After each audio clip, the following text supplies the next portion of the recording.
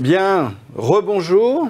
J'espère que vous êtes nombreux à être restés pour cette deuxième table ronde qui va parler des risques du métavers, l'impact de son développement sur la crise climatique. Puisqu'il fallait trouver un angle, et c'est le rôle de la FNEJ. C'est un peu comme ça que nous l'avions imaginé avec les entreprises, membres du cercle, et puis c'est d'essayer aussi de questionner l'usage du métavers. Est-ce que c'est vraiment une révolution positive, j'allais dire? On l'a entendu à la première table ronde, on a même entendu la notion de rêve éveillé. Donc la question que j'ai envie de vous poser à tous les quatre, alors il y a le quatrième est en ligne. Patrice, tu nous entends? Bonsoir à tous, oui, très bien. Oui, donc Patrice, je vais commencer par lui. Il est directeur de l'expérience digitale de Michelin. Il est à distance. Il est à Lyon, donc il ne pouvait pas être physiquement avec nous, mais c'est très bien. J'ai à ma droite Cécile Renoir, qui est directrice scientifique du programme Codev Entreprise et Développement ESSEC Business School et présidente du campus de la transition. J'ai Fabrice Flippo, mon collègue professeur à l'Institut Mines Télécom Business School, auteur d'un certain nombre de livres récents, assez critiques sur le digital, on va dire, sur l'impact numérique. Et David-Henri Bismuth, qui a accepté de relever le défi, de représenter l'entreprise, et qui est chez PwC France et Maghreb, directeur justement du Metaverse et AI Catalyst. Tu nous diras ce que veut dire Catalyst. Alors, j'ai envie de vous poser, comme j'ai fait un peu pour la première table ronde, de faire un petit état des lieux, en quelque sorte, si vous voulez, au début, avec votre vision. Et ce que je propose, c'est à Fabrice, en 5 minutes, 5-6 minutes, pas plus, de nous faire un état, justement, cette question du métavers qu'on a développée dans la première table ronde, où on a vu les usages possibles. Qu'est-ce que ça veut dire sur le plan, justement, de la planète, sur le plan, enfin, je veux dire, voilà, c'est un peu Fabrice? Oui, en quelques 5 minutes. Oui. Donc, moi, je reprends les chiffres de l'ARCEP. Justement, il y a un certain nombre de chiffres qui sont sortis, donc l'Agence de régulation des télécoms, qui dit que si on continue dans la même direction, d'ici 2030, c'est-à-dire un peu moins de 10 ans, les flux de données pourraient être multipliés par 6, l'empreinte carbone augmenter de 45%, l'empreinte ressources abiotiques, ça les métaux principalement, augmenter de 14%, la consommation électrique française augmenter de 5%. Tout ça, donc, en grande partie, à cause potentiellement du métavers, pas seulement, mais on a bien entendu... C'est l'ensemble du digital, là. Oui, c'est ça, parce qu'on a entendu dans la table ronde précédente, à juste titre, que le métavers, c'est plutôt une évolution d'un certain nombre d'objets qui se dessinent déjà, plutôt quelque chose de complètement différent. Donc, bon, je rappellerai juste que le gaming, le jeu, est une des activités qui, en termes de trafic, augmente parmi le plus rapidement, en fait, plus que les data centers pris en volume, en fait, la vitesse d'augmentation est beaucoup plus grande, et que le GIEC vient de rendre un rapport qui nous explique qu'on est déjà à 1,1 degré, qu'il serait bien de ne pas dépasser 1,5 degré d'ici 2030. Donc en fait, ce genre de développement est complètement pas du tout dans la bonne direction de ce qu'il faudrait faire pour les objectifs climatiques. Lesquels objectifs climatiques, dans le monde réel, se traduisent par les tempêtes, sécheresses, perte de rendement agricole, et dans le métavers, je veux bien le réveiller comme on a entendu, mais je rappelle qu'il faut manger. Et quand on mange pas, il y a quand même un problème. Or, le manger, c'est dans la vie réelle, c'est pas dans le métavers. Mais on a quand même entendu une expérience, celle de Carrefour, où on s'est préoccupé des abeilles quand même. Tout à fait d'accord, mais s'occuper des abeilles dans le métavers, c'est pas les vraies abeilles. Et après, on pourrait se demander pourquoi parler des abeilles dans le métavers et pas faire venir des agriculteurs. Donc moi, la question que je me demandais d'ailleurs, c'est comment Carrefour a négocié les tarifs d'achat vis-à-vis des agriculteurs, puisqu'on sait que chaque année, depuis 20 ans peut-être, même davantage, le problème est de la rémunération des agriculteurs, et notamment des agriculteurs qui n'utilisent pas beaucoup de pesticides, ou en tout cas qui ne menacent pas les abeilles. Donc le vrai problème, c'est pas d'être amoureux des abeilles, c'est de rémunérer l'agriculteur. Ouais. Donc, voilà, quelques éléments en 5 minutes. D'accord. Et on a une idée de la consommation énergétique de cette innovation de métavers? Pour l'instant, non, on ne peut pas, puisque c'est plus un concept, en réalité, que véritablement un objet qu'on pourrait, disons, matérialiser de manière concrète. Ça a été très bien dit dans la table ronde précédente. Tout le monde se dit, ou beaucoup de gens, sur les twins, les jumeaux numériques ou des choses comme ça, ah oui, c'est un peu du métavers. Donc en fait, c'est plutôt un concept que vraiment une technologie particulière, ou Second Life, c'est un peu du métavers, des choses comme ça.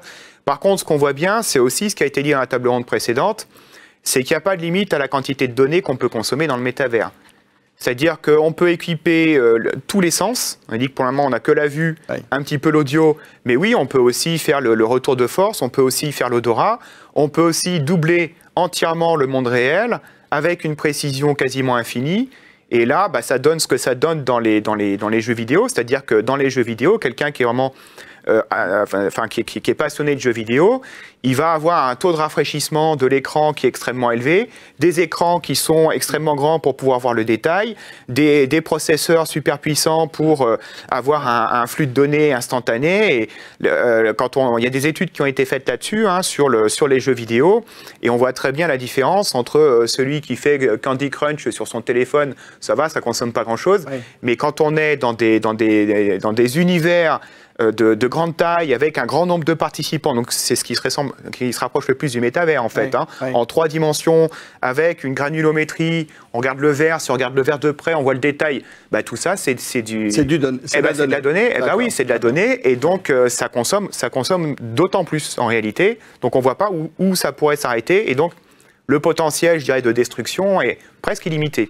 Bon, alors voilà une belle entrée en matière. Cécile. Oui, alors je poursuis. Moi, dans 2 articles lus, à la fois un rapport du Shift sur la sobriété numérique et puis un article de Bon Pote, pour prolonger ce que Fabrice vient de dire, un des chiffres qui était donné, c'est la probabilité que soit multiplié par 30 les besoins de bande passante pour justement le jeu en ligne. Voilà, donc ça dit quelque chose à rebours de la nécessité d'être dans la direction de la sobriété et du coup des low-tech plutôt que des high-tech tous azimuts, en tout cas des technologies appropriées. Et il me semble que, alors sur ces enjeux de pouvoir discerner en fait si ce qui est techniquement faisable est toujours forcément moralement légitime, parce que c'est quand même ça qui est aussi en jeu du point de vue de l'interrogation éthique et politique derrière tout ça. Il me semble qu'on peut distinguer là dans le métavers, de ce que je comprends, parce que moi je découvre aussi un monde plein de possibilités, mais je dois dire qu'il me paraît plutôt un autre monde et pas tellement un rêve qu'un cauchemar éveillé, à bien des égards. On voit bien des éléments concernant la vie quotidienne. Alors, il y a ces usages industriels dont j'imagine qu'on va reparler et la question du loisir, du jeu.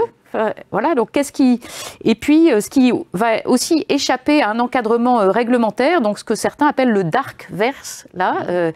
Et là, pour en dire quelque chose, il me semble que les grandes questions déjà à se poser derrière tout ça, c'est se dire si nos sociétés sont acculées à regarder en face la question de l'urgence écologique et sociale, ça signifie bien qu'on doit se poser la question de savoir ce qu'est être vraiment humain, se demander de quoi avons-nous vraiment besoin et dans quel monde voulons-nous vivre et avec qui être en relation.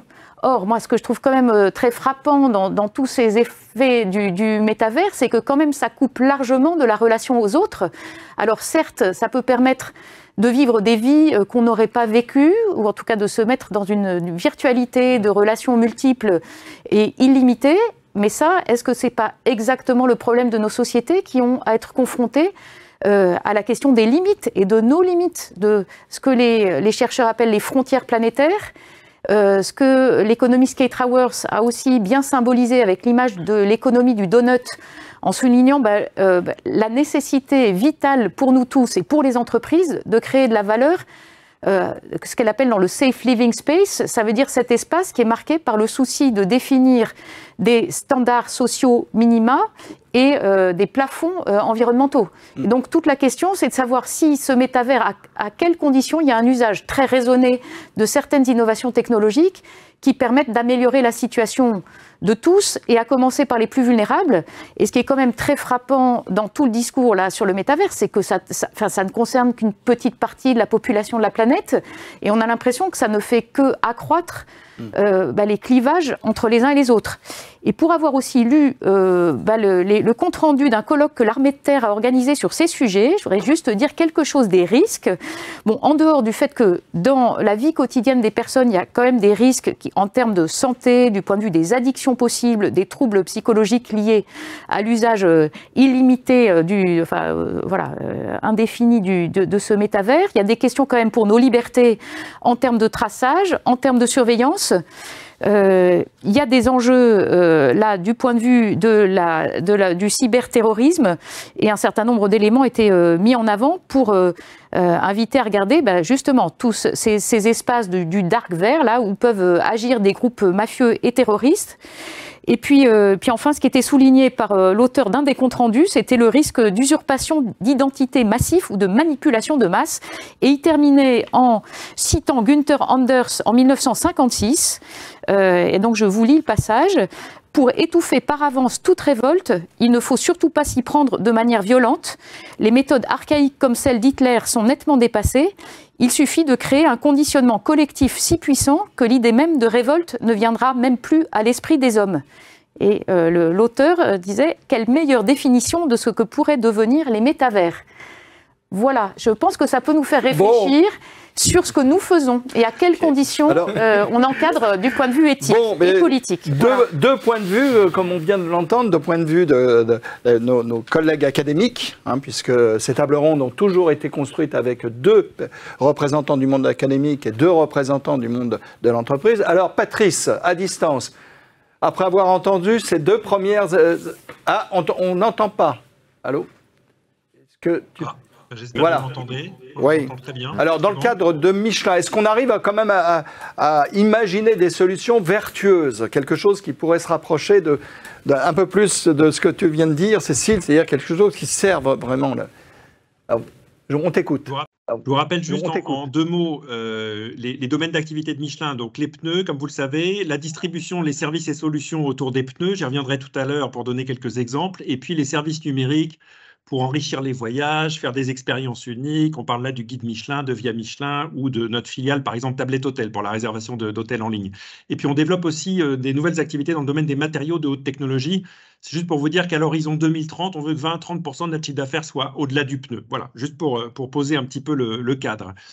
Ce dont je suis venu vous parler ce soir, c'est le lien en fait entre ce sujet du métaverse et la stratégie tout durable du groupe. On a défini, nous, un objectif de neutralité carbone à l'horizon 2050, mais on est aussi une entreprise qui est de plus en plus software-driven, comme toutes les entreprises, et donc on a défini une approche digitale durable. Et moi, ce que je viens dire ce soir, c'est que ça nécessite une vraie responsabilité et un discernement avant de lancer les projets. Il faut s'organiser pour ça. Et c'est un sujet de réflexion en fait constante pour nous. Et donc voilà, je vous en parlerai un peu plus tout à l'heure. C'est tout? Tu veux développer un tout petit peu? Tu as encore peut-être 1 ou 2 minutes si tu veux. Allô? Y a pas... Non? On t'entend plus. C'est normal? C'est tout, oui. C'est pour laisser du temps au débat. D'accord. Alors David Henry.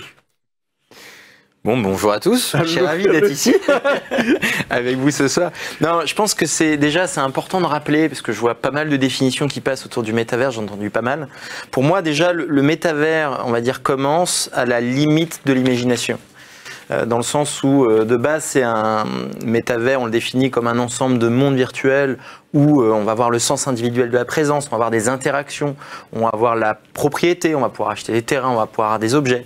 Mais finalement, c'est très vaste, c'est très large en fait. Et on peut partir d'un monde virtuel en 2D type Zelda, dans lequel on va pouvoir rencontrer des personnes, chatter avec eux, très, j'ai envie de dire, low emission, très peu d'énergie consommée, à des choses effectivement, comme vous le décriviez, avec des graphismes incroyables, avec des cases de réalité virtuelle.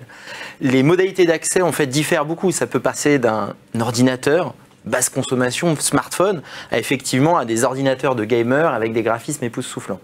Aujourd'hui, et ça, c'est le métavers tel qu'on le cite souvent, c'est le gaming, mais finalement, c'est beaucoup plus que ça, à mon sens. C'est aussi le Web3, la décentralisation, la blockchain, qui n'a pas bonne presse côté environnement, les NFT, etc. Ce qui est hyper intéressant, et c'est ça que je voulais vous montrer, plutôt que de rentrer effectivement dans le comptage des données émises.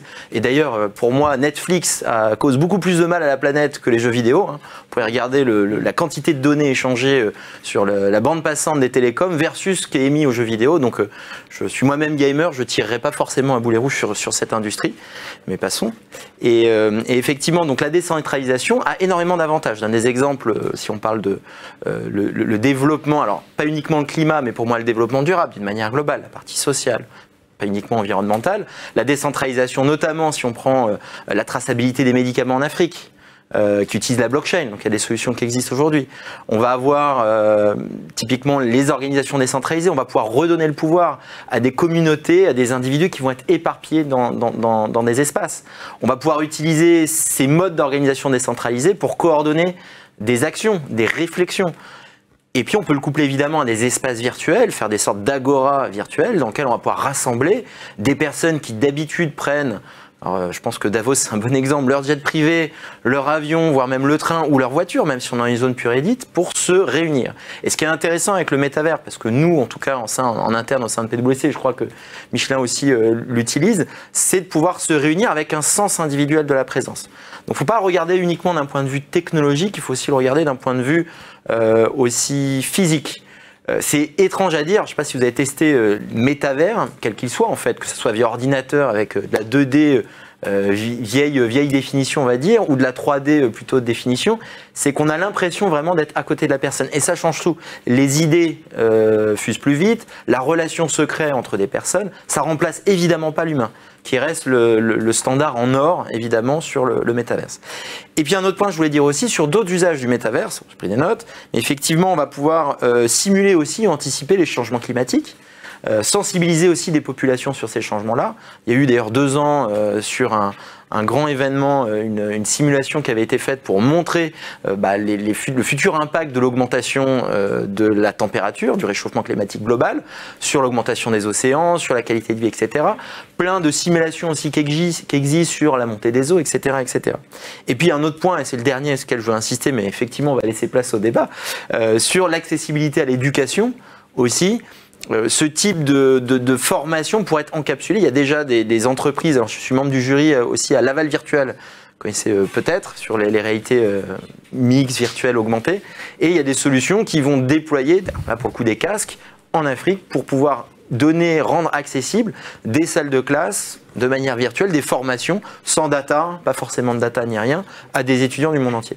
Et ça, il y a plein de manières aussi de créer du coup des salles virtuelles dans lesquelles des étudiants, des professeurs, je pense que vous êtes tous professeurs, pourraient se réunir. Et d'ailleurs, dans la conférence d'avant, effectivement, une personne de l'ESCP, je crois que c'est Cécile d'ailleurs, qui parlait d'expérimentation dans le métaverse vis-à-vis des étudiants. Voilà. C'est ce qu'a fait un peu également, d'une certaine façon, Anne de Stellantis, oui, qui parlait de la formation effectivement qu'elle avait. Et on le voit notamment sur des choses toutes bêtes, mais en fait, quand on voit formation et métaverse, on pense très rapidement, on pense tout de suite, on va dire le personnel de bureau, mais ça marche aussi pour les cols bleus. Donc des solutions, alors je peux en citer quelques-unes, Uptail notamment, qui va permettre de former dans des temps beaucoup plus rapides des collaborateurs sur des chaînes de production à des risques moindres, et à des coûts bien moins élevés aussi. Oui, parce que je voulais revenir sur une remarque de Cécile qui disait quand même que le métavers, tel que tu nous l'as présenté, en fait, est à un risque d'exclusion d'un certain nombre de personnes, alors que dans la table ronde d'avant, on avait entendu quelqu'un parler d'inclusion. Donc, tu vois ce que je veux dire, c'est là. Oui, quand la question de l'accès de tous à l'énergie aujourd'hui, c'est une question vitale et pour bon nombre de personnes à travers la planète. La première question, c'est d'arriver à se nourrir, parce que ce que Fabrice rappelait aussi, se nourrir, se loger, se chauffer, etc., avoir accès à l'électricité peut-être pour lire, et ça, parce que un certain nombre d'exemples qui sont donnés là sur la capacité de créer des classes virtuelles, tant mieux si dans certaines grandes villes de pays ça existe, dans bon nombre de petits villages, la question c'est la qualité de la connexion, et avec ce que ça demande en termes de bande passante, moi je lisais que ça demande potentiellement la 5G, puis éventuellement la 6G, etc., on est dans une surenchère, alors peut-être pas, et peut-être qu'il y a de la sobriété dans ces cas-là, dans les usages qui sont envisagés, mais en quoi alors du coup, est-ce que c'est du métavers et pas juste un usage très raisonné du numérique ? Alors du coup, je trouve qu'il y a une telle palette de possibles que du coup, c'est toujours se demander de quoi on parle et qu'est-ce qui va vraiment permettre à des personnes de renforcer leur capacité et d'être en meilleure relation et capacité de développer ce qu'elles veulent. Parce qu'on avoir des raisons de choisir pour leur vie, mais qui passent pas forcément, à mon sens, par l'usage de ces technologies et qui sont quand même pas extensibles à l'échelle de l'ensemble de la population de la planète. Fabrice, une réaction? Oui, rapidement. Alors c'est vrai que la difficulté, c'est de savoir de quoi on parle, parce que il y a beaucoup d'expériences qui sont rangées dans le métavers, qui en fait, on s'est aperçu même dans la table ronde précédente que c'est des choses qui ressemblent beaucoup à ce qui existe déjà sous un autre nom. Donc il y a une espèce de confusion un peu globale sur de quoi on parle. Mais moi, je répète que le problème, c'est toutes les applications qui vont consommer beaucoup de quantité de données. Et c'est de ça dont je parle. Après, je ne dis pas qu'on peut considérer comme métavers le fait d'envoyer SMS au fin fond de la Pampa pour s'informer des prix de marché, par exemple, qui joue un rôle important pour la planification de l'agriculture. Je ne dis pas le contraire. Hein. Donc ça, c'est le premier point. Donc, de quoi parle-t-on exactement? Et la tendance, c'est quand même l'augmentation du trafic de data. Et l'augmentation du trafic de data, c'est ce qui tire tout le reste. C'est-à-dire que ça tire la quantité de data qui est processée, qui est fabriquée dans les centres de données et tous les terminaux. Ça attire le renouvellement des terminaux, parce que quand il y a beaucoup de données, il faut un terminal qui tient le choc. Donc forcément, on va le renouveler pour mettre un terminal qui est toujours plus performant. Donc la quantité de données qui transite, c'est le déterminant de tout le reste. Or, c'est une augmentation constante, comme on le dit l'ARCEP, hein, flux de données x6. Je veux dire, en 10 ans, ça dit bien ce que ça veut dire. Oui. Donc, quelles sont les applications qui consomment? On pourrait... Bon. Deuxième point, c'est sur ah oui, mais regardez, c'est quand même pratique. Non, mais personne ne dit que c'est pas pratique. Attention, hein, on n'est pas en train de dire que c'est quelque chose qui n'a aucun intérêt, qui n'est pas sexy, qui n'est pas marrant, qui est vraiment que chiant, que c'est pas un peu mieux que Teams parce que Teams c'est vraiment très chiant. On n'est pas en train de dire ça. Hein. On est en train de dire que oui, c'est pratique, oui, mais le jet privé c'est vachement pratique aussi. Il y a beaucoup de choses comme ça qui sont très très pratiques, mais en fait sont très mauvaises pour l'humanité. Donc, voilà. Et le troisième point, c'est le côté, oui, mais ça va permettre d'économiser des voyages en avion. Ce qu'on disait déjà. Alors ça, c'est le gros bon sens, mais qui en fait ne marche pas dans la réalité, pour une raison assez simple, en fait, c'est que c'est le gros bon sens. On se dit, ah bah oui, je vais faire une visio plutôt que d'aller aux Antilles, là, par exemple. Je dis ça parce que j'ai reçu une invitation des Antilles, ils disaient, soit l'avion, bah évidemment, je vais prendre la visio. Ouais, mais qu'est-ce qui se passe dans ce cas-là? Là, ça a l'air vertueux. Mais ce qui se passe aussi, c'est que si j'accepte, en fait, ils vont peut-être me prendre moi plutôt que quelqu'un de local qui connaît le sujet, mais peut-être un peu moins bien. Et donc, au final, ça va accentuer la centralité de certains nombre d'experts. C'est le principe du winner take all, la longue traîne, enfin, tous ces trucs-là qui ont été bien étudiés dans d'autres domaines. Et donc, en fait, ça va augmenter la demande, on va dire, pour un certain nombre de personnes qui vont se déplacer encore plus, d'autres qui vont encore moins bouger. Ou alors, dans le cas de grands groupes comme Stellantis, c'est de dire, bah oui, on veut travailler à l'échelle globale, mais facile. Alors, qu'est-ce qu'il faut? Bah, il faut de la visio. Il faut de la visio, il faut du métavers. Ben, sinon, qu'est-ce qu'on ferait? Ben, on ne travaillerait pas à l'échelle globale, on travaillerait à l'échelle un peu plus locale. Et donc, là, on peut multiplier les exemples, mais évidemment, travailler avec l'Australie, quand il faut y aller systématiquement en avion, ça coûte tellement cher qu'on ne le fait pas.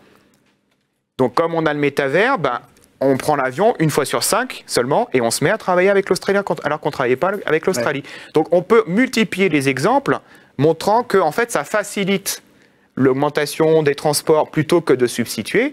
Et j'ai une des thèses que j'ai encadrée en 2007, c'est pas nouveau, d'un géographe, disait que depuis 150 ans, télécommunications et transports sont complémentaires et pas substitutifs. Donc il y a un moment, il faut tenir compte aussi de l'expérience que l'humanité a depuis 150 ans et pas réinventer l'eau chaude comme si le numérique était... tout était nouveau dans le numérique, c'est pas vrai. Alors, on va se retourner vers toi, Patrice. Alors, il faudrait qu'on ait, par exemple, un exemple très concret de ce que vous faites chez Michelin, bien sûr. Et en essayant d'être en ligne avec votre projet de développement durable, d'IT durable. Oui. Donc, la première chose qu'on fait, c'est qu'on s'est doté d'un cadre en fait, de réflexion, une espèce de grille d'analyse qu'on va fournir à l'ensemble de nos équipes projets sur le digital pour regarder les 3 axes, développement, épanouissement des personnes, développement économique, contribution à la planète, à chaque fois qu'on lance un projet d'importance en fait, sur l'IT ou le digital. Le but, c'est que l'équipe projet se pose bien l'ensemble de ces questions avant de démarrer et qu'un comité de pilotage qui doit acter la décision de lancer un projet, eh bien, la vision holistique de l'ensemble des impacts. Et sur l'aspect environnemental, on va regarder émissions de CO2, consommation de ressources, l'utilisation de hardware, les data centers, les bonnes pratiques pour diminuer les impacts éventuels, l'éco-conception, etc. Ça peut aller jusqu'à l'analyse du cycle de vie. Donc, pour nous, c'est vraiment hyper important de se doter de ce cadre pour que la mise en œuvre de la stratégie tout durable soit réellement opérationnelle, quoi.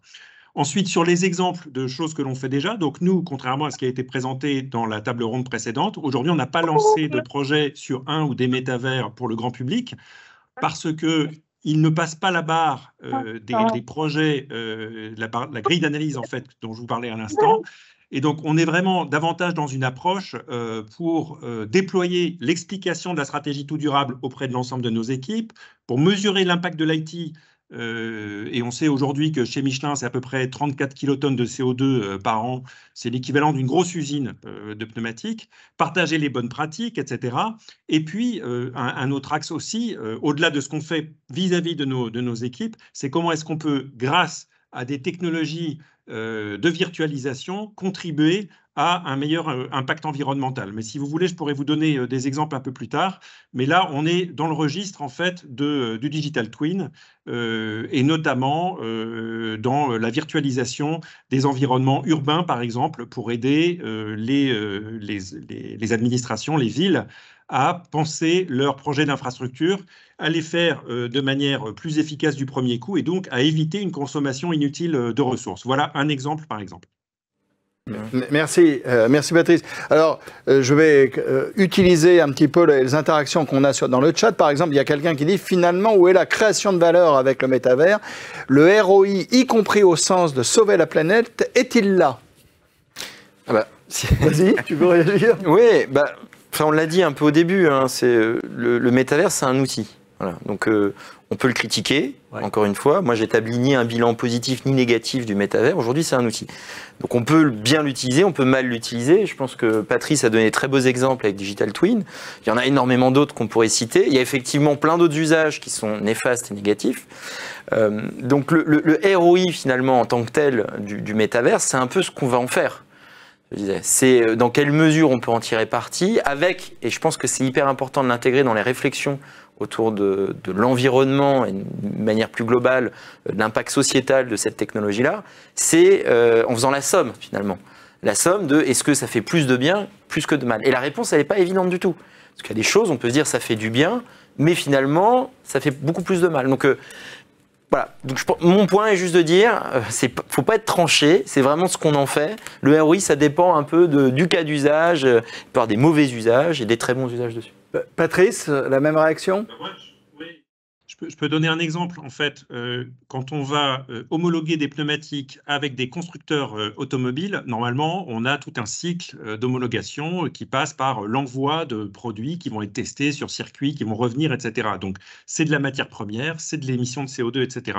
Donc là, on va travailler sur la virtualisation, y compris des tests sur circuit d'ailleurs. Hein. Donc, on est avec des produits virtuels sur une partie des boucles d'homologation et on a mesuré qu'on allait diminuer, qu'on diminuait les émissions de CO2 de 40%. Donc, vous allez me dire, c'est pas du métavers au sens strict, mais on est bien on utilise bien là les sous-jacents technologiques du métaverse et cette virtualisation dans le domaine industriel, elle apporte déjà des bénéfices en termes d'émissions de CO2, c'est évident.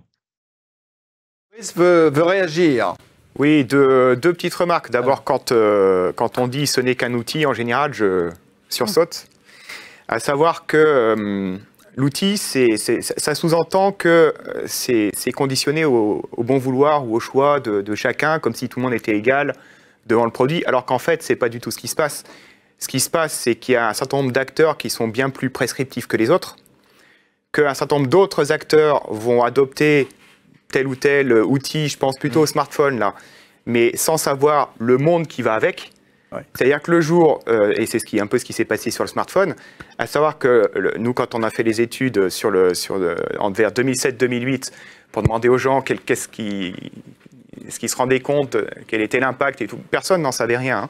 Et puis après, personne n'en savait rien, les gens n'en savaient rien. Puis 10 ans après, on leur dit, ouais, vous avez acheté ce truc-là, maintenant vous en êtes dépendant, donc ce n'est pas un outil, c'est quelque chose qui s'impose à vous, parce que vous avez tous vos réseaux dessus, Et ça pollue, c'est pas bien. Parce que c'est ce qu'on est en train de dire aux gens en ce moment. Après, vous pouvez rejoindre une communauté d'Amish. Hein, vous n'êtes pas obligé de procéder par la caricature. J'ai pas dit ça. Donc, en fait, ce ne sont pas de simples outils. Ce sont ce qu'on appelle des macro-systèmes techniques. C'est-à-dire que ce sont des infrastructures. Ces infrastructures, effectivement, jouent sur l'effet de club. C'est-à-dire que si on n'en est pas, ben on est dehors, on est exclu. Aujourd'hui, quand les réseaux familiaux et ainsi de suite passent sur le WhatsApp, celui qui n'en est pas, bah oui, il est stigmatisé. L'Amish, évidemment, c'est la figure la plus connue, hein, mais il y en a plein d'autres. Et donc, tout est fait pour qu'ils rentrent dans le rang. C'est qu'ils se mettent sur la plateforme. Sinon, voilà. Ça, c'est le premier point. Le deuxième, donc c'est pas asymétrique et c'est pas l'égalité, comme ça, on pourrait choisir. Et le deuxième point, c'est, j'entends bien que dans certains cas, ça peut baisser les émissions de gaz à effet de serre. Bon. Moi, ce que je demande, c'est derrière, c'est, oui, d'accord, mais est-ce qu'il y a un bénéfice économique associé? Et là, il y a quelque chose d'un peu, je dirais, ça induit de l'ambiguïté, parce que s'il y a un bénéfice économique associé, on peut aussi se dire que ça peut être fait par la pure logique économique, ça n'a rien à voir avec l'écologie. Ça, c'est le premier point. Le deuxième point, donc en fait, c'est du greenwashing, c'est rebaptiser quelque chose qu'on aurait fait de toute manière en essayant de faire croire qu'on l'a fait pour la planète, ce qui n'est pas du tout vrai. Ça, c'est le premier point. Le deuxième point, c'est s'il y a un bénéfice économique, donc il y a de l'argent qui va être réinvesti dans quelque chose, le quelque chose, il fait quoi? Et le bénéfice global, on va dire, en termes de mode de vie, il est où? Est-ce qu'il est chiffré? Est-ce qu'il est mesuré? Et par qui? Alors, on brûlerait d'envie d'entendre Michelin, de savoir si vous faites du greenwashing, mais je vais laisser la parole à Cécile. Oui, mais c'est un peu pour prolonger ce que vient de dire Fabrice, sous l'angle, ça m'évoquait les analyses d'Illich des années 70, alors je ne suis pas sûre que ça passe tellement la rampe pour mon interlocuteur d'en face, mais je trouve que le critère de discernement que donnait Illich à propos des technologies est quand même intéressant à avoir en tête, c'est se dire à quel moment ces technologies qui sont supposées être au service du bien vivre et du bien vivre ensemble se retournent contre nous et nous rendent dépendants, voire aliénés, et engendrent des modes de vie qui sont absolument insoutenables. Et je pense que derrière ce qu'on se dit, il y a vraiment ce discernement dont parlait Patrice, là, qui est un discernement à la fois sur les aspects quantitatifs, d'émissions, très clairement, de se dire est-ce qu'on va dans la bonne direction? Est-ce que les trajectoires vont dans le bon sens? Et puis, il y a aussi toute cette réflexion qualitative à avoir. Et là, je reviens sur quand même la crise écologique, c'est aussi et d'abord la crise de nos relations aux vivants.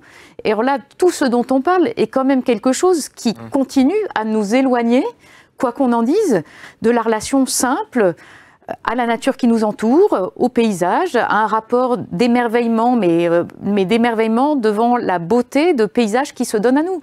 Et tout ça, ces expériences humaines fondamentales, c'est quand même ça qui nous rend heureux les uns avec les autres. Donc je ne dis pas que les technologies ne puissent pas aider, résoudre un certain nombre de problèmes, mais c'est vraiment de l'ordre de qu'est-ce que ça permet d'améliorer dans la qualité du bien vivre ensemble. Et je pense que pour nous tous, il y a quelque chose de la qualité du lien avec des humains et avec peut-être aussi des animaux du vivant et pas des machines. J'ajoute juste un tout petit mot parce que ça me fait parfaitement penser à la dernière pub Audi. Et la dernière pub Audi nous parle de technique, de luxe et tout, en disant que c'est soutenable.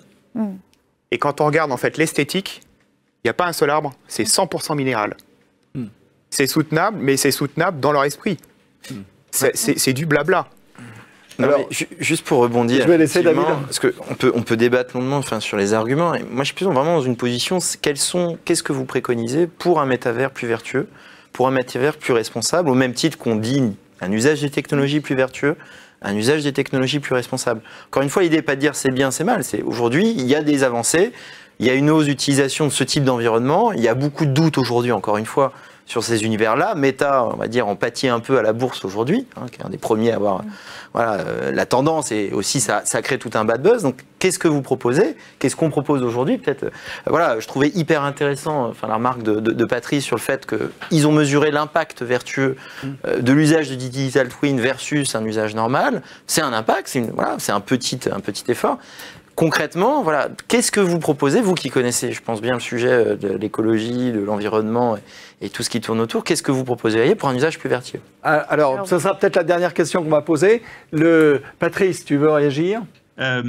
Non, je pense que c'est vraiment important pour nous de dire que c'est la stratégie du groupe. Hein. C'est-à-dire qu'à horizon 2030, stratégie tout durable, c'est voilà, c'est l'ADN du groupe, quoi. Donc c'est une course de vitesse parce que les enjeux sont extrêmement importants, on l'a vu. Ça nous conduit quand même à décider de faire des choses, mais parfois à ne pas en lancer. Donc, c'est aussi un peu le message que je passe ce soir. Donc, on regarde, on discerne et ça ne nous empêche pas de saisir à l'avenir des opportunités. Mais pour l'instant, on discerne et notamment sur les applications grand public. Pour l'interne, on voit qu'il y a des avantages extrêmement intéressants, notamment du point de vue de la planète. Moi, ce que je remarque, c'est que cette stratégie tout durable qui a été exprimée en fait dans le groupe, dans ce qu'on a appelé le rêve Michelin, qui est notre vision à 2050, elle est vraiment embrassée par les équipes, c'est-à-dire que nos équipes attendent ça. Donc, il y a aussi un enjeu extrêmement important de cohérence, en fait, dans nos actions. Donc, ce n'est pas du washing, c'est la cohérence des actions. Ce discernement est attendu par les équipes, en fait. Tout à fait.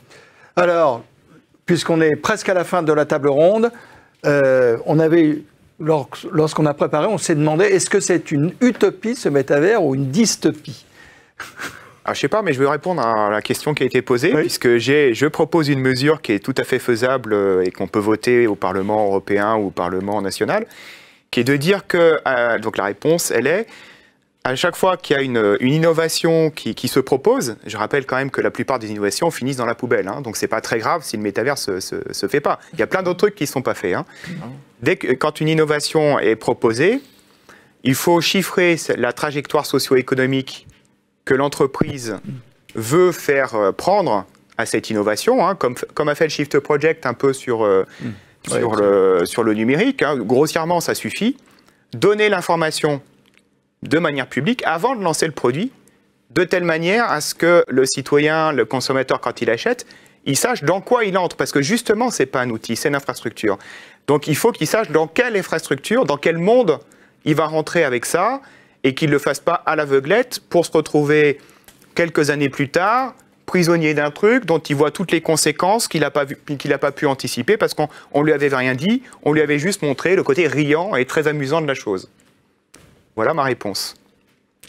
Quoi suggérer ? Alors, moi là, je raisonnerai aussi en termes éducatifs, parce que je pense évidemment il faut réglementer, mais il y a aussi l'acquisition d'une pensée critique, réflexive, voilà, qui nous permettent de nous dire collectivement, oui, que les technologies, c'est pas parce qu'elles sont à disposition qu'elles sont forcément utile et vraiment au service du bien vivre. Donc moi je plaiderais pour l'intégration systématique de cours d'éthique et réflexion politique dans les cursus sur ces sujets. Patrice, le mot de la fin pour toi ?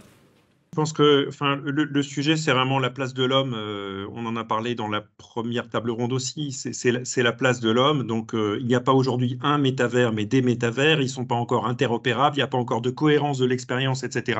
On commence à voir des cas d'usage qui sont intéressants. Il y a un commentaire là qui dit alors tout ça, pour dire que c'est un super simulateur. C'est un premier cas d'usage intéressant, mais je pense qu'il y aura énormément d'opportunités. Et nous, en tout cas, on se dote et on s'est doté d'une stratégie et d'une grille d'analyse pour y aller avec le discernement nécessaire.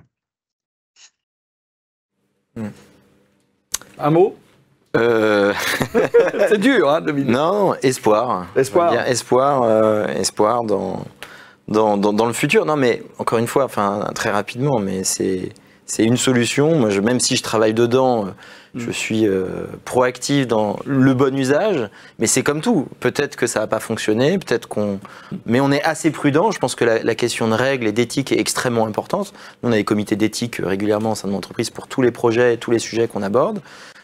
Et il y a un sujet aussi d'éducation, entièrement d'accord avec vous là-dessus. Alors, moi, je conclurai, il y a un mot qui a émergé dans cette table ronde. On l'avait un peu vu dans la première, mais surtout dans la deuxième. Je pense qu'il faut faire preuve de discernement. C'est-à-dire peut-être pas rejeter l'innovation en tant que telle, parce que il y a quelque chose quand même qui se passe, mais véritablement prendre... D'ailleurs, on avait l'idée des critères, toi, Patrice, on avait parlé des critères pour évaluer à l'aune de quels critères il faudrait évaluer tous ces projets. Je pense que là, vous avez soulevé quelques pistes, et je pense que, par exemple, la question de la donnée, elle est très intéressante, parce qu'il y a des solutions de métavers low-tech, vraiment low-tech, où il n'y a quasiment pas de bande passante qui est utilisée, il n'y a que le son. Et pourtant, c'est un univers virtuel qui est recréé. Là, évidemment, c'est moins fun que les... Voilà, en tout cas, merci à tout le monde. C'était Super. Et la deuxième table ronde était effectivement un peu plus, entre guillemets, polémique, mais elle a été conçue comme ça. Et je vais laisser mon délégué général il va prendre ma place. Bien, écoutez, ce sera très rapide. Je me fais le porte-parole de tous ceux qui ont assisté pour remercier l'ensemble des intervenants de table ronde avec des échanges et des points de vue variés sur ce sujet qui, je n'en doute pas, sera réabordé. Alors peut-être pas toujours dans le cercle de l'entreprise, avec le cercle des entreprises de la FNEJ, mais dans d'autres domaines et puis dans nos activités plus académiques, puisque il ouvre des perspectives et que ces perspectives, elles doivent être analysées, elles doivent être prises en compte pour le développement à la fois des entreprises et puis de notre société au sens large. Donc une très bonne soirée à tous. Merci pour votre attention. Merci à tous les intervenants de la première qui sont encore en haut et de ceux qui sont ici présents. Très bonne soirée. Au revoir.